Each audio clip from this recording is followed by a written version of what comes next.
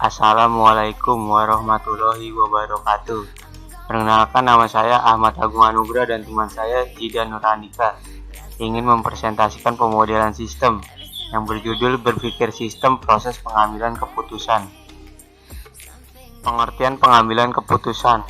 Pengambilan keputusan adalah memilih suatu jalur tindakan di antara beberapa alternatif yang tersedia melalui suatu proses mental dan berpikir yang logis. Ketika mencoba untuk membuat keputusan yang terbaik, seseorang harus menimbang sisi positif dan negatif dari setiap pilihan dan mempertimbangkan semua alternatif.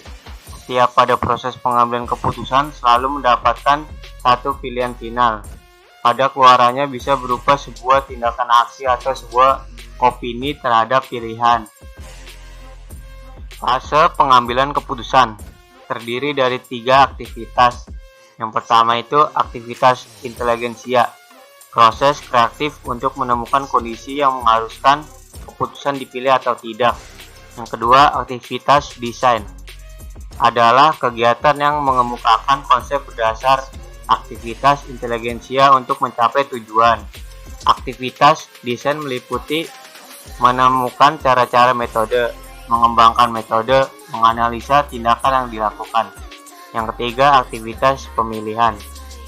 Memilih satu dari sekian banyak alternatif dalam pengambilan keputusan yang ada. Pemilihan ini berdasarkan atas kriteria yang telah ditetapkan. Dasar-dasar pengambilan keputusan yang terdiri dari 5. 1. Pengalaman, 2. Wewenang, 3. Intuisi, 4. Fakta, 5. Rasional. Pengalaman. Seseorang dapat memperkirakan keadaan sesuatu, baik buruknya keputusan yang dihasilkan. Wewenang biasanya dilakukan oleh pemimpin terhadap bawahannya atau orang yang lebih tinggi kedudukannya pada orang yang lebih rendah kedudukannya. Intuisi, pengambilan keputusan yang bersifat subjektif sehingga mudah terpengaruh. Fakta, pengambilan keputusan berdasarkan fakta dapat memberikan keputusan yang baik. Dengan fakta, tingkat kepercayaan terhadap pengambilan keputusan menjadi lebih tinggi. Rasional, keputusan yang dihasilkan lebih subjektif, logis, lebih transparan, konsisten untuk memaksimumkan hasil atau nilai dalam batas kendala, sehingga dapat dilakukan mendekati kebenaran. Teknik pengambilan keputusan terdiri dari 4. Yang pertama, operasional research, penggunaan metode saintifik dalam analisa dan pemecahan suatu masalah tertentu. Yang kedua, linear programming, riset dengan rumus matematis teori pengambilan keputusan.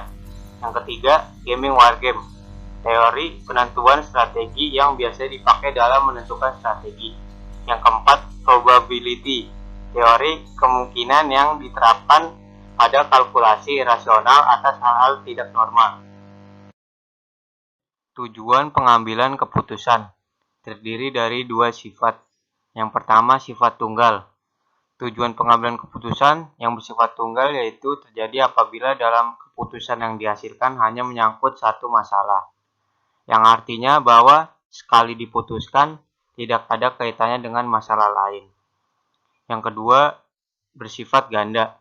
Tujuan pengambilan keputusan yang bersifat ganda yaitu terjadi jika keputusan yang dihasilkan itu menyangkut lebih dari satu masalah, yang artinya keputusan yang diambil itu sekaligus memecahkan 2 atau lebih.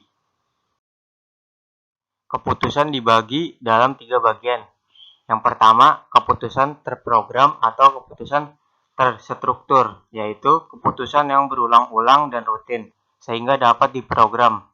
Contoh, manajer produksi dari PT XYZ selalu melakukan kegiatan rutin di setiap awal bulan, yaitu dengan melakukan pembelian bahan baku untuk persediaan.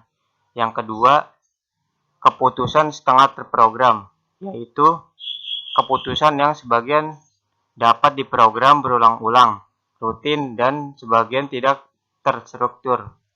Keputusan ini membutuhkan perhitungan serta analisis yang terperinci. Contoh, Pak Darwin adalah seorang manajer keuangan di PT Arta. Pada saat itu diharuskan penggantian mesin di pabrik dan harus menghitung dengan cermat sebelum melakukan investasi pada mesin yang akan dibeli agar investasi yang dilakukan tidak merugikan perusahaan. Dan yang ketiga, keputusan tidak terprogram, yaitu keputusan yang tidak terjadi berulang-ulang dan tidak selalu terjadi. Keputusan ini terjadi di manajemen atas. Contoh, Pak Andre, seorang direktur PT Angkasa, dia selalu mengambil keputusan dengan sangat cepat demi keberlangsungan perusahaannya. Contohnya adalah harga saham yang selalu berubah. Dia harus bisa menyesuaikan keuangan perusahaan agar saham perusahaan pada bursa efek bisa selalu stabil. Proses pengambilan keputusan memiliki beberapa tahap. Tahap yang pertama, pemahaman dan perumusan masalah. Para manajer sering menghadapi kenyataan bahwa masalah yang sebenarnya sulit dikemukakan atau bahkan sering mengidentifikasikan masalah, bukan penyebab dasar. Pertama, manajer secara sistematis menguji sebab akibat. Kedua, manajer mencari penyimpangan atau perubahan dari yang normal. Tahap yang kedua, pengumpulan dan analisis data yang relevan. Manajer pertama kali harus menentukan data-data apa yang dibutuhkan untuk membuat keputusan yang tepat dan kemudian mendapatkan informasi tersebut. Tahap yang ketiga, pemilihan alternatif terbaik. Setelah manajer mengembangkan sekumpulan alternatif, manajer harus mengevaluasi sekumpulan alternatif. Manajer harus mengevaluasi untuk menilai setiap alternatif.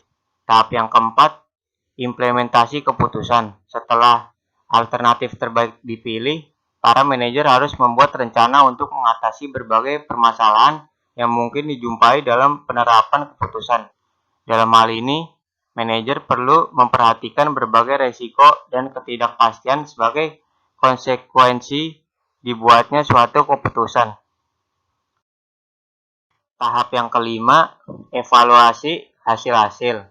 Manajer harus mengevaluasi apakah implementasi dilakukan dengan lancar dan keputusan memberikan hasil yang diinginkan. Sekian presentasi dari kelompok kami. Assalamualaikum warahmatullahi wabarakatuh.